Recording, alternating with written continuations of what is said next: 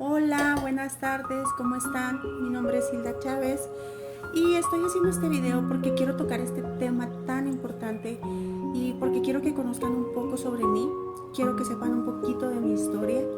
Quiero hablarles un poco sobre la insuficiencia renal crónica. Yo soy una persona con una condición con insuficiencia renal crónica. No me gusta decir con una enfermedad porque creo que no lo considero una enfermedad. No me considero una persona enferma. Me considero una persona con una condición física, pero no una persona enferma. Y quiero hablarles un poco de esto y sobre todo quiero hablarle a mi comunidad latina y quiero contarles un poquito de mi vida, un poquito de cómo llegué a la insuficiencia renal y también quiero que sepan lo importante que es que nos eduquemos, lo importante que es que conozcamos los riesgos, los factores. La insuficiencia renal crónica, una de las principales causas que nos hace llegar a la insuficiencia renal es la diabetes, que es una de las primeras causas.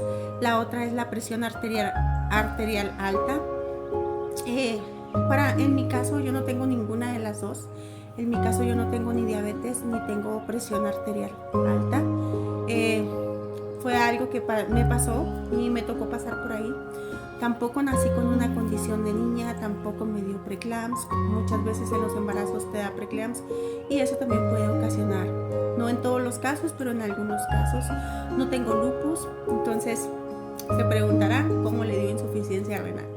Bueno, pues es algo que ni yo lo sé, pero cuando a mí me detectaron la enfermedad, como 8 meses antes, yo tuve muchas señales, tuve muchos síntomas: cansancio, náuseas, vómito, falta de hambre, falta de apetito, claro, ¿verdad? Dolor abdominal, también tuve infecciones vaginales. Es uno de los síntomas. Orinaba espumoso, que no quiero asustar a nadie que si llega a tener estos síntomas, no quiero que se vayan a asustar y que piensen que tengo insuficiencia renal. Estoy hablando de mis síntomas, pero sí son algunos de los síntomas. No todos los pacientes sufren esos síntomas, hay personas que no tienen síntomas. Entonces yo llegué al punto de que me sentía mal, dolores de cabeza, migrañas horribles, que eran unas migrañas que en realidad a mí era lo que más casi me mataba. Y yo llegué al punto de que yo ya no podía respirar. Yo pensaba que mi papá tenía asma y yo pensaba que yo pues pudiera ser que fuera asma. Compré un nebulizador y después ya llegó un momento en el que yo ya no podía respirar. Entonces de ahí me llevaron a urgencias y en urgencias me detectaron que tenía insuficiencia renal, que mis riñones estaban funcionando a un 20% y me dijeron que probablemente yo iba a necesitar diálisis en 3 meses. Para cuando a mí me dicen esto, yo desconozco totalmente todo de la enfermedad. Pero antes de llegar a esto quiero dar un punto muy importante.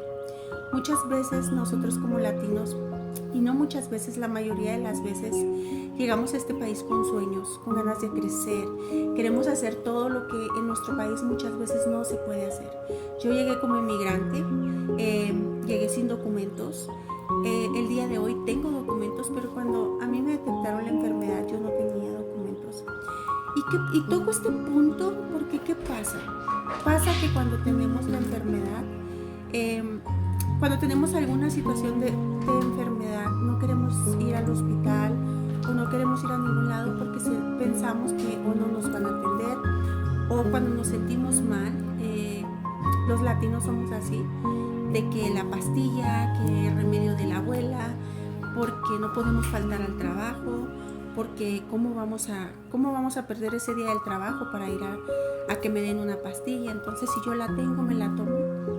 Y realmente es importante que cuando nosotros tengamos este tipo de síntomas, cuando nosotros tengamos este tipo de señales, que es algo por muy insignificante que parezca, acudamos a hacernos un chequeo médico, acudamos a ver qué es lo que pasa, porque muchas veces puede ser que sea algo que ya no tiene solución. Afortunadamente la insuficiencia renal es una enfermedad que tiene muchas alternativas de vida, que tiene muchas alternativas para seguir viviendo.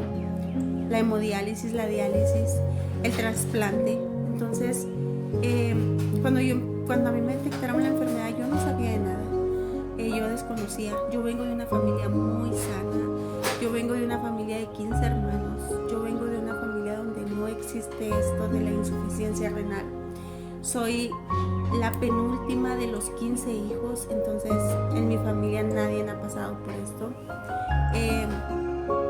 Me tocó a mí y no reniego. En su momento lo hice, pero ahorita creo que me siento muy bendecida por esto, porque esta enfermedad me ha enseñado muchísimo. Yo empecé diálisis de emergencia, que era solo por síntomas, porque yo no tenía un seguro médico. Yo empecé diálisis de emergencias iba una vez al hospital, me hacían una diálisis, me quedaba esa noche en el hospital, al día siguiente salía, y al día siguiente me hacían otra diálisis y me mandaban a mi casa. Entonces yo ya no volví al hospital hasta que yo tenía que sentirme morir. Me tenía que ir cuando ya no había nada, pues que ya las necesitaba. Me sacaban sangre, checaban mis laboratorios, si todos mis niveles estaban muy altos, potasio, fósforo, que estuvieran todos muy contaminados, que estuviera mi sangre y mi cuerpo muy contaminado, era cuando decidían que me tenía que quedar. Afortunadamente, yo solo estuve en diálisis de emergencia por 4 meses, porque gracias a una doctora increíble se dio la oportunidad de tener seguro médico. Personas sin documentos nos dieran la oportunidad de poder tener un seguro médico. Ese seguro médico fue lo que a mí me llevó a empezar un protocolo para trasplante. Yo empecé diálisis en el 2017, en agosto del 2017, y en enero del 2018 empecé diálisis en un centro. El tratamiento adecuado para las personas que no saben y que desconocen sobre esta enfermedad, el tratamiento adecuado para una persona con insuficiencia renal son 3 veces por semana. Si es hemodiálisis, son 3 veces por semana, 4 horas en un centro. Y si es diálisis peritoneal, esa la haces todos los días en la comodidad de tu casa, pero tienes que te dan un entrenamiento, no te mandan así nada más. Entonces, yo empecé protocolo de trasplante, empecé a hacer todo para poder obtener un trasplante, y realmente no fue tan sencillo. Hubo momentos en los que yo me sentía que no podía, yo me sentía morir. Hubo momentos en los que entré en una depresión donde sentía que mi vida no tenía sentido, que depender de una máquina. Hay momentos en los que sientes que eres una carga para las personas. Yo estaba en una depresión donde yo dormía en un cuarto con cortinas negras, yo no quería ver a nadie, yo estaba enojada con Dios, con el mundo, con toda la gente. Pero cuando yo empecé la diálisis de emergencia en ese hospital, afortunadamente yo vivo en el estado de Colorado, donde hay tantas oportunidades, donde hay tantas ayudas. Colorado se conoce como un estado santuario. Entonces yo estoy tan agradecida con Dios porque me permitió estar en este estado.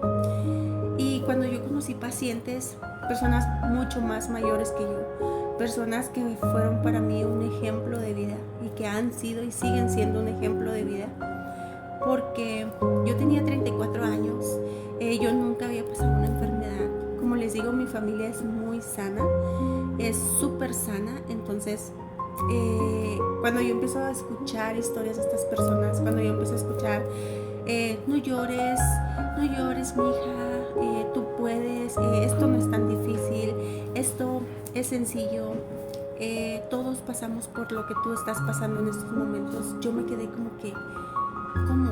O sea, estas personas están peor que yo y me están dando ánimos a mí. Amigos, se me va a acabar el tiempo, pero si quieren la segunda parte, denle like y seguimos con la segunda parte.